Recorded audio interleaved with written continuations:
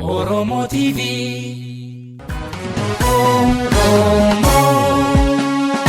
Oromo TV.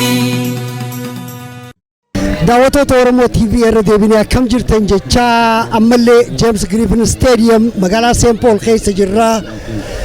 Ana wajjin hoogganoota communitylee yookiin immoo hawaasota Oromoodhaa kan garagaraatu na wajjin jira yeroo ammaan tana Minnesota Rise akkasumatti Denver irraa illee namoota ammadheetiin jira. Isaan mataan isaaniitu if barsiisaniiti achiin booda waan himuudhaaf jiraatan bara 20 guutuu Osfaanaan eegaa jaarame bara 20 tanaafuu bara 20 kana keessatti guddina harkanirraa nuuf haasa'uudhaaf jiraatanii dura obbo Tashiteedhaan jalqabaa. Obbo Tashitee maaltu haaraa?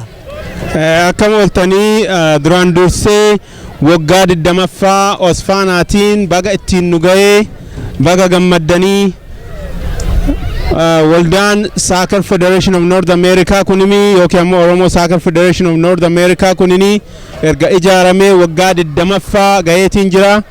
Bu'aan inni buusee akkuma argitan amma nama stadiumii kana guuteetiin jiru irraa hubachuu dandeettanii uummata Oromoo diqqaa guddaa dubartii manguddoo jaarsa hunda waliif fidee akkasitti yoo bashannansiisu arguun keenna gammachuu guddatu nutti dhagahama. Yoo magaraan keenna gadda qabaatellee madaa qabaatellee waa'ee biyya ta'urraa akkasitti ilmaan Oromoo bakka hundaa dhufanii wal arguun kunini gammachuu guddatu nutti dhagahama. Akkuma isin hundinuu beektanii Austraaliyaa irraa, Euroopiyaa irraa, Kanaadaa irraa Oromoonni isteeta 50 Ameerikaa keessa jiraatan hundinuu bakka kana akkasuma wal gaaniit bilisaan gammachuun kubbaa miilaa taphataatiin jiranii. Kan haaraa godhu yoo jiraate baay'ina namaati. Sirba akkasitti Oromoon baay'eetiin ilaaluun kunini hagam biyya ambaa keessatti akka baay'anneetiin jirru nutti mul'isa. Kun ammoo gammachuu guddaa jedheetiin yaada.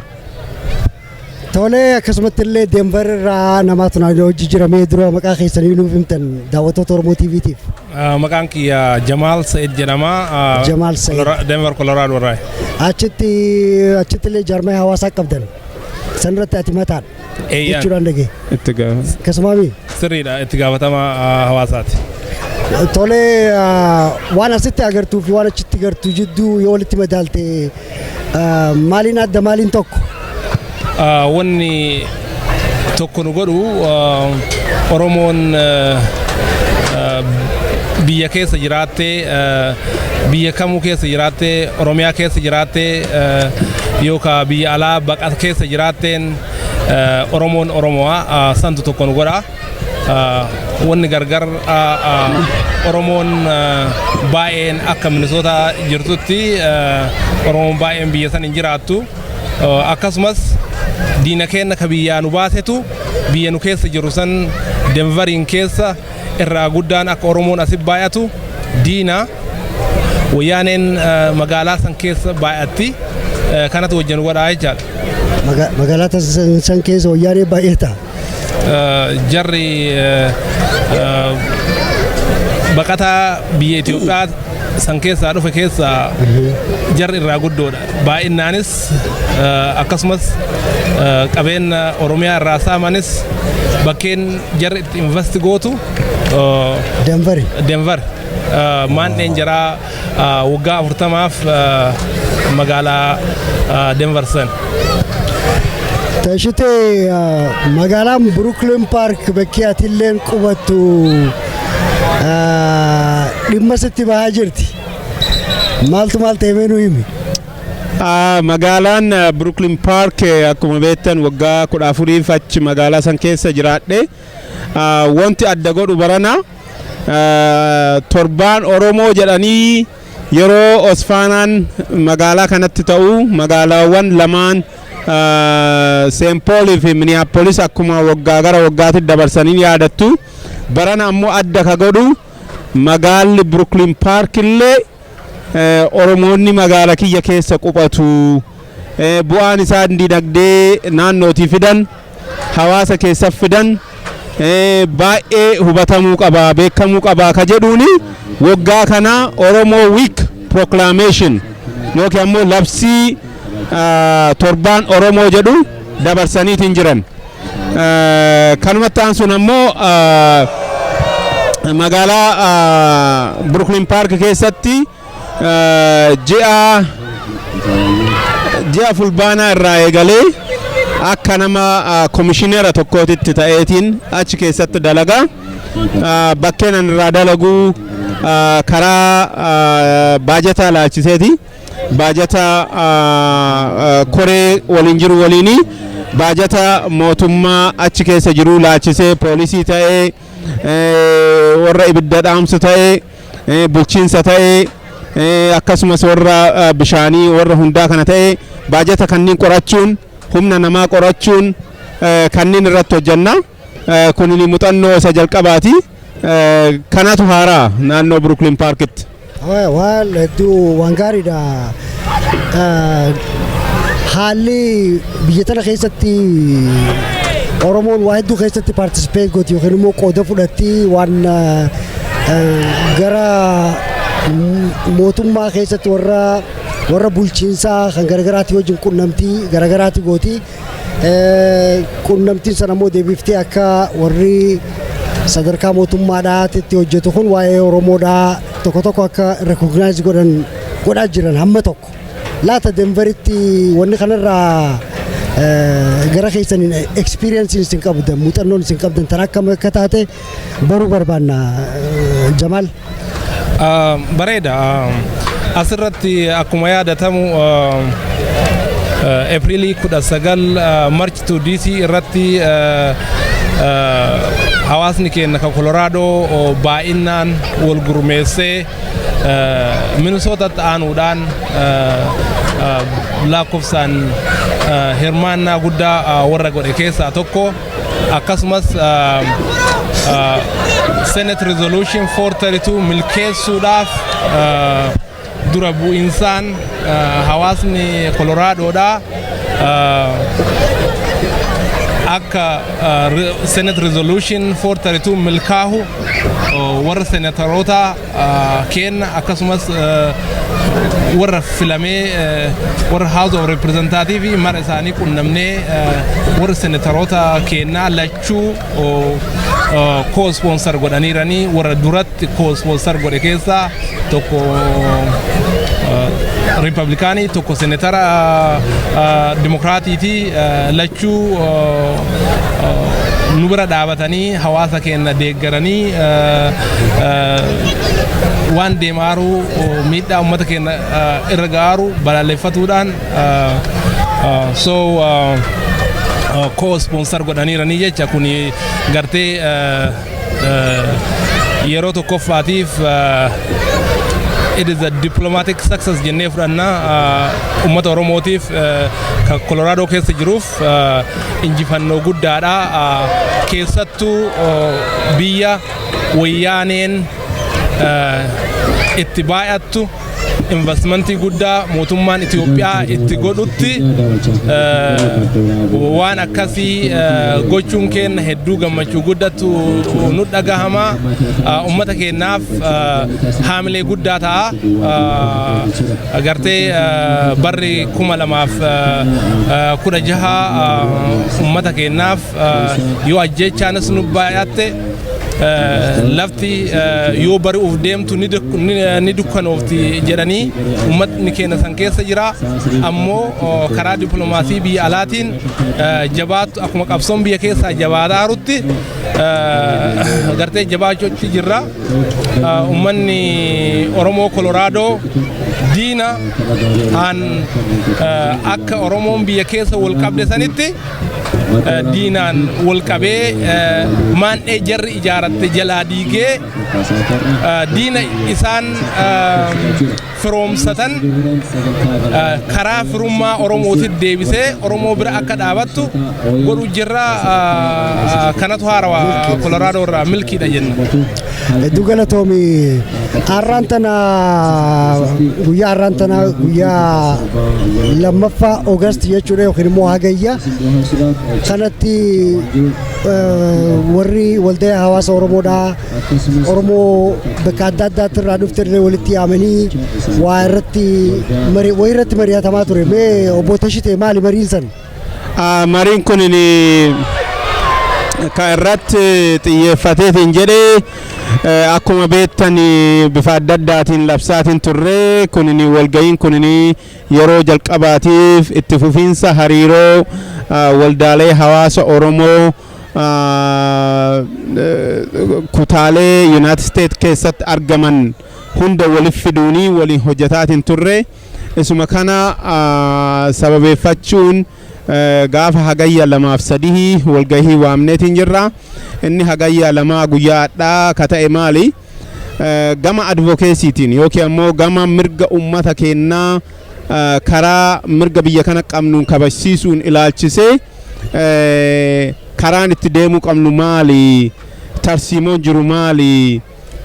Strategy, action plan kunniin maal fakkaata ka jedhu namoonni ogummaa qaban Minnesota Advocate for Human Rights irraa dhufanii akkamitti deemamuu akka qabu, akkamitti galmeessuu akka qabu, miidhaa biyyatti aatiin jiru karaa bifa qindoomina qabuun bifa mala adda addaatiin attamitti galmeessuun akka danda'amu badiin biyyatti ta'u hundinuu ka ajjeechaa namaa ta'e, ka saaminsa lafaa ta'e, ka saaminsa dinagdee ta'e, ka tajaajila fayyaa dhoggachuu ta'e, tajaajila bishaanii dhoggachuu ta'e, tajaajila meeshaa qonnaa dhoggachuu ta'e, kun hundinuu yoo dokumentii ta'eetiin jedhe akka boru itti gaafatama jalaa warra irra jiran kun hin baane akkami godhuu akka dandeenyu irratti mariin bal'aan gaggeeffamaatiin oole.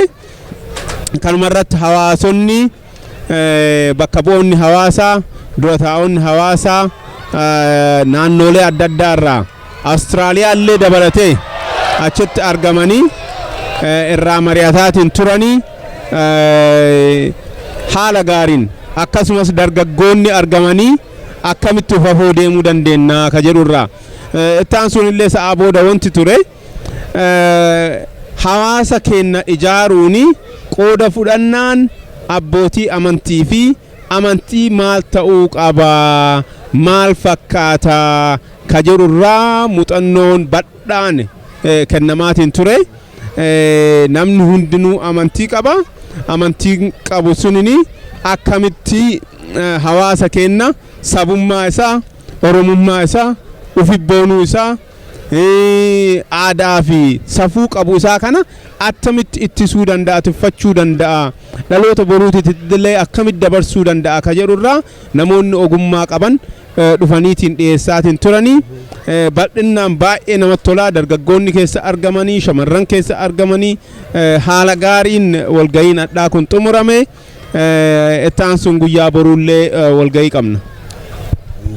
Tole waan gaariidha, waan gaarii jirtanii ammaan tana bakka tanatti wanni walitti nu fiduu danda'e sababa haasawaa har'aan tanaa kanaafillee sababa ta'e bara 20ffaa Oromoo Sports Federation of North Americaadha. Dargaggootaatu waliin taphata. Sababa saniinis Oromoon hedduudhaatu walitti dhufa. Dhaamsa maal qabdaniif? Lammadaa ammoo yeroo ammaan tanaa kana keessatti biyya teenya keessatti ilmaan Oromoodhaa guyya guyyaadhaan akka bineensaatitti gatamaa jiran. Sababa saniifis har tokkoon sabti as deemu yookiin immoo sanbata xiqqaa as deemu Oromoon bakka jiru hundarraa'u hiriira bahee dubbii tana mormuudhaaf tattaafachaa jira. Walumaa galatti qabxiilee lamaan kanarraa dhaamsi isin daawwattoota Oromoo TV'dhaatiif qabdan maal akka ta'e Jamaaliin hin jalqaba. bareeda galatoome Obbo Abdul Jalil asirratti dhaamsi kiyya akka nam tokkootitti Oromoon biyya keessas ta'ee ka biyya alaas sagalee takka ta'ee sagalee takkaan ummata keenya ka dhumaa jiru bira diina biyya keenyarraa nu baasee Oromoo salphiseerra bira jechaan fonqolchee ofirraa kaasuuf sagalee takkaan yaada takkaan haala qindaa'aan ka biyya jiru haala qindaa'aa ta'een mootummaa kana karaa nagaatiinis ta'ee karaa kamiinuu akka ofirraa kaasan jechaan nuti warri biyya alaa jirru waan barbaachiseen ummata keenya bira dhaabatu sagalee isaanii ta'uu bakka jirrutti sagalee isaanii ta'uudha jecha itti aansuun barri Osfaanaan bara 2017 akka Oromoon baqatee biyyarraa bahe bilisoomee Oromiyaa irratti obboleeyyan isaanii obboleeyyan keenya kada fixaa wayyaanee irraa hafan waliin kabajatu rabbiin kadhataat obboleeyyan keenya bira waan barbaachiseen bira dhaabatu itti fuufuu qabnaa ka jedhu fakkaata yaadni kiyya. Tole obbo Tashite. Baay'ee galatooma gaafii keessan isa duraatiif maal fakkaata akkasitti Osfaanaan ilmaan Oromoo diqqaa guddaa waliif fidee akkasitti yoo jedhu kunini tokkichummaa hawaasa keenyaa jabina hawaasa keenyaa bu'aa bayii ajjeechaa biyya baqaa jiraachuu yeroo ilmaan isaanii biyyatti miidhaman qe'een isaa gurguramu kana hundaa irra aanuun Oromoon tokkichaan akkasii wal qabatee bakka tokkotti yeroo kana waliin dabarsuun torbaan kana waliin dabarsuun ummata nagahaa akka ta'e ummata haqa isaa barbaadu akka ta'e ummata mirga haqa isaatiif falmataatiin jiru addunyaarra tamsa'eetiin jiru akka ta'e addunyaan illee hubataa dhufaa jira akkuma faarfattoonni jedhanii warri sirbu jedhe abshiirni bariiti bari'uun isiin ooltu kun immoo waanuma jiru yeroo dheeraa fudhachuu dandeetti gabaabaa fudhachuu dandeetti bari'uun hin ooltu kanaafi ummanni keenya dhugamaanuu gammachuu guddatu nama dhagama kanaaf ummata keenya ka jennu goolitu gale fakkaata ummata keenyaan ka jennu jabaadhaa cimaa tokkichummaa keessan cimsaa wanti tokkoyyuu sin qooduun qabu akkuma amma dukkana fakkaatu hin bari'a guyyaan bari'u hin jira waanuma ergaa yeroo kanatti ka yaadannu keessaa obbo Baqqalee Garbaa karaa nagahaatiin karaa haqaatiin karaa seera konstituushinii biyya keessa ijaaramee jiruutiin mirga ofii irraa sarbamee bilisaan dubbachuun irraa sarbamee yeroo kana mana hidhaatitti akka darbameetiin jiru hin yaadanna jecha isaan jedhan keessaa tokko yoo hin barattan ta'an sirritti baradhaa yoo hin hojjettan ta'e kamiyyuu caala hojjedhaa wama goota hundaayyuu akka Oromootitti kamiyyuu caalaa godha akka isaan jedhanii dhaamsa nagahaa dhaamsa jajjabinaa kaa'anii ummanni Oromoollee kanarra jabaachuu qabaa tokkichummaa isaa cimsuu qabaa kamiyyuu diinni qooduu hin qabu ijaaf gurra ummata Oromoo waa'ee Oromoo ta'uu qaba ilmi Oromoo hundinuu shamarran dubartiin jaarsi manguddoon hundinuu ijaaf gurra waa'ee mirga Oromoo ta'uu qabaa jedha inni lammaffaa gaafatte yeroo kanatti biyya keessatti dhuga saaminsa jira ajjeecha jira wanti hundinuu deemaatiin jira kanarraa ka yaadannu maali South Africa maal keessa akka turte bara dargii keessa warri Tigree amma sultaana qabatee jiru maal keessa akka darbe nu yaadachiisa. Kana dagatanii har'a saba kana saba badhaa biyya san keessatti baay'inaan qubsana biyyaatiin baay'ee ta'e kana diqqeessuuf saaminsaan ajjeechaan miidhuun kun uguruu geessuu hin danda'u beekuu qabanii. Akkuma waggaa 30 booda ilmaan Tigreellee taayitaa irra bahanii akkasuma Oromoonillee guyyaan taayitaa irra bahu hin jira. Akkasiin hin hafu. Kanaaf badii godhaa jirtan irraa deebaa jennaan. Badii godhaa jirtan. Badii kanan jenne dalagaatiin jirtan. Ilma namaa seera malee seeruma isin ijaartan keessattiyyuu kan hayyamamne ummata irratti dalagaatiin jirtanii. Kun dhaabachuu qabaa. Kun akka dhaabatu gaafannaa. Ilmaan Oromoo bakkuma jiranitti yoo waamichi isaaniif godhame yoo sagalee dhageessisuun isaaniif godhame uduuduubatti hin jenne tokko hundi isaaniitu bahanii sagalee isaanii dhageessisuu qaban jenneetiin amannaa. Waggaan kunini waggaa Osfaanaa 20ffaa waggaa nagahaa waggaa gammachuu bakkuma deemutti Oromoon akka irraa gammadu abdii guddaa qabaa. Dhumarratti dhaamti ani jedhuu barbaadu yoo jiraate guyyaa boruu hagayya gaafa 3 waldaan hawaasa Oromoo Minnesota waliin baga nagahaan dhuftan ka jedhu nyaata Osfaanaa waliin qindeessee waan jiruuf namoonni hundinuu akka dhuftan isiniin jenna. Kanaaf yeroo gammachuuti galatooma. Bakkeen waldaa hawaasa Oromoo Minnesota 465 McCoven South St. Paul. Yeroon isaa sa'a 11 walakkaa hanga sa'a 2. Asirratti tole ajechuu barbaadan se. Yaa asirra wanni dhaamsi ani ummata keenya ka biyyaati eda'uu barbaadu dhiinni keessan ka jigaaru lafeen keessan ka cabaaru gaafa bilisummaan biyya keenya irratti dhufe jiruu nagahaa qilleensa nagahaa guyyaa tokko jiraatu wayya waan ta'uuf gabrummaa hadhaa irraa ummanni yeroo takkatti biyya ofiitiin nyaatuu hin dandeenye ummata biyyiti isaanii dhagaa malee waan biraa hin baafne rakkoof dararaa keessa biyya ofii bilisoomsuu bira taranii nu gabroomsan waan taateef sodaa tokko malee sodaa takka malee kutannoodhaan hanga gaafa bilisummaan dhuftuutitti diina hiddaan buqqiftanii ofirraa kaasuu qabdan.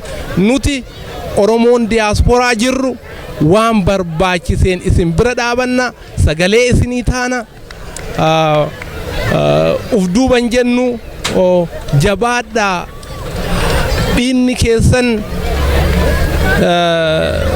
gartee seenaan keessan wanni isin biyya keessan bilisoomsuuf taatan wannuma gartee ummanni kuuwwan warri gabroome gabrummaa keessaa ba'uuf godhe godhaartanii jabaadhaa diina gadhee nurra jiru kana ofirraa haa kaasnu waan gaarii irra jirtanii waan nama boonsaa irra jirtanii sodaan bara 2016tti duute diinni nun caalu tokkummaan jabeenna kennaan keessaa baanaa jabaadhaa jedha. Oromoo biyya alaa jiruuf sagalee ummata kennaa ta'uun yeroo kamuyyuu caalaa yeroon ummanni kenna sagalee kenna barbaadu amma bakka jiru shamara dhiiraaf dhalaa jaarsaa fi jaarti odoo hin jenne baanee sagalee ummata kennaa ta'uu akka qabnu bakkee hawaasni keessan bakka maraa isin waametti akka awwaattanii ummata kennaaf sagalee taanu waamicha isiniif godhaa galatoomaa jedha. Tole galatoomaa obbo Tashitee Waaqoo pirezidantii waldaa hawaasa Oromoo obbo Jamaal Said pirezidaantii waldaa hawaasa Oromoo Denver yeroo gabaabduu tana keessatti dhuftanii hayyama keessaniin bakka kanatti dhuftanii Oromoo TVdhaa wajjin haasawaa kana godhuu keessaniif galatooma fayyaada akka milkooytanillee abdiin teenya guddoo.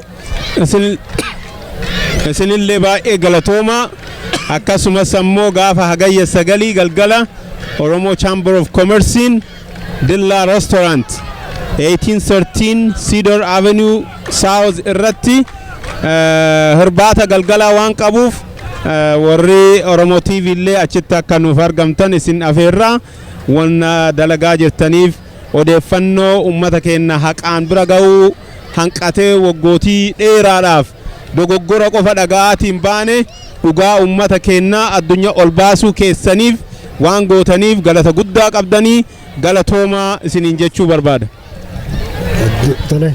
Hedduu galatooma. Hedduu galatooma dhaamsa irraa dhumaa ka waan yaadadhe isin warri Oromoo TV carraa kan nu kennuuf galatooma akkasumas yaadachiifni takkattiin yoo jiraate Osfaanaa fi Oromo Study Association akkasumas walgahiin garagaraa yeroo waggaatti walitti deebi'ee ta'u Oromo Study Association yeroo baay'ee bakka wajjaatitti nama gartee inconvenience guddaa uumee kun garas deemaa maatiin gargar faca'aa isin akka Oromo TV'tti warra Osfaanaa kanaa fi warra Osaa osoo bakkee tokko walgahii godhatan akka godhatan yeroo biraatiif irra daladdanii dhaamsa isiniif dhaama kanuma hedduu galatooma carraa kana nuu kennuu keessaniif. Hedduu galatooma daawwattoota Oromoo TV akkuma waliinuu quba qabnutti beeksisa tokkoon isiniif qaba. Beeksisni isaaniis guyyaa 4 hagayya 4 yookiin immoo August 4tti Downtown City Center Marriott Hoteelitti agarsiifni guddaan geggeeffamuudhaaf deema. Legendary nama ta'e Afandisiyyoodhaa dabaaluudhaan walliftoonni Oromoo hedduun bakka takkatti agarsiisa san garsiisanii Oromoo TV'n walta'iinsaanii agarsiisa san godhuudhaaf jiraata. Galgala sa'a 8 irraa jalqaba akkasumatti illee hayyama Osfaanaadhaatiin kanaafuu guyyaan san isin hin dabrin iftaani jechuudha irraayi guyyuma tokkotu hafee guyyaan isaa Khamisa sa'a 8 bakki Marriott City Center Minneapolis hin dagatina fayyaada waan nu daawwattaniif. Beeksisa tokko itti dabaluu ka barbaadu dhiifama naa godhaati gaafa hagayya 3 boru jechuudha galgala ammallee hayyama Osfaanaatiin waldaan hawaasa Oromoo Minnesota guyyaa galgala bashannanaa qopheesseetiin jira. Maddi galii kunini waa'ee Oromoo irra oola waa'ee dalagii Oromoo irra oola waan adda addaa akka April 19 dalagame kana baasii adda addaatu jira. Ilmaan Oromoo karaa advocacy kanaan waan dalagamaa jiru kadeeggartan hundinuu akka guyyaa kana dhuftaniitiin bira dhaabattanii yooma turullee hin dandeenye akka dhuftan warri weellistoonni hundinuu tola guyyaa san guyyaan kun boruu hagayya 3 nu weellisuudhaaf qophaa'anii jiranii bakkeen isaa Lutheran Social Service 24 fi Park irratti argama. Sa'a 9 irraa eegalee boru galgala achitti akka nuuf argamtan isiniin jenna. Ammallee galiin kunini waa'ee hawaasa keenyaa irratti wanta dalagamaatiin jiru achi cimsee akka deemamuu danda'u irratti waan nama gargaaruuf hundi keessanuu akka argamtan isiniin jenna. Bakkeen ammallee 24 fi Park Minneapolisitti argama. Gaarii galatooma.